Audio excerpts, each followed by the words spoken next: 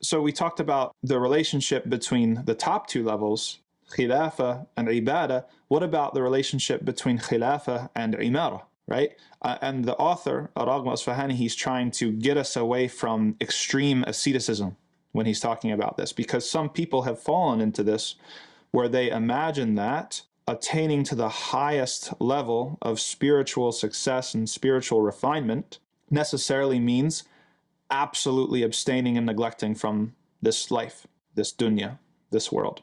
And that's an extreme, right? And the Prophet ﷺ was also checking some of the companions with this, right? There were some companions that were so zealous that they would pray all night, every night, and they would fast every day, and they would spend all their time in the masjid. And constantly he had to check them and say, listen, I pray at night sometimes and I don't pray at night other times, or, I sleep is the better. He says, I don't spend the whole night, every night praying. Like, I pray some of it and I sleep some of it, right? I am married, right? That was another thing. Some of the companions went to the extreme thinking that, okay, because this urge for sexual intimacy can go awry and it can be hijacked, it can be the source of lust and desire and bad things, then I'm going to completely stay away from it entirely. And the Prophet ﷺ said, no, I marry. And so he was constantly checking them. He's like, I fast some days and I don't fast other days. Constantly checking them to bring them back to moderation, right? Telling them that you don't have to completely neglect this dunya. It's not actually going to help your spiritual advancement. Why? Because the things that are here for your imara, for your livelihood, are actually potential avenues of worship. Somebody thinks, okay, because there is this phenomenon of sexual urge and intimacy and lust, I'm not going to get married, I'm going to be celibate. That person has made a mistake because they don't realize that Allah has given us the relationship of a spouse in order to worship Him.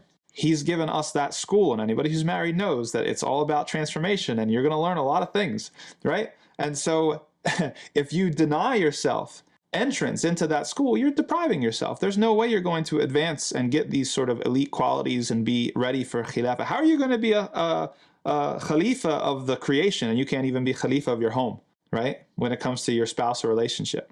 Yeah, you got to get in there and you've got to learn how to transform yourself, and you got to be patient with the other. You have to become sensitive to another person's needs. Right? You have to manage these things like expectations and disappointment, and you have to be patient with the faults of others and things like this. This is part of the game, right? And so if you just come to the conclusion that, well, oh, I can't get involved in that because it could potentially go wrong. No. The idea is to get involved with it and do it the right way. That's how you transform.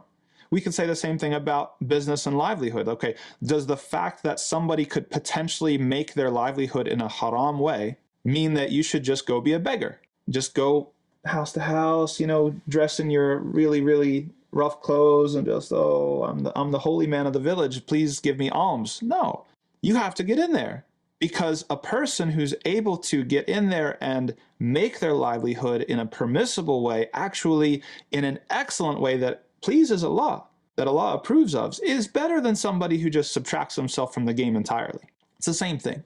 So al-Raghib al-Isfahani wants us to understand that there's no contradiction between imara and khilafah, that actually the level of imara is potentially the training ground for developing the virtues that are eventually going to be essential when it comes to being a khalifa, being this steward or this manager on earth or in the creation.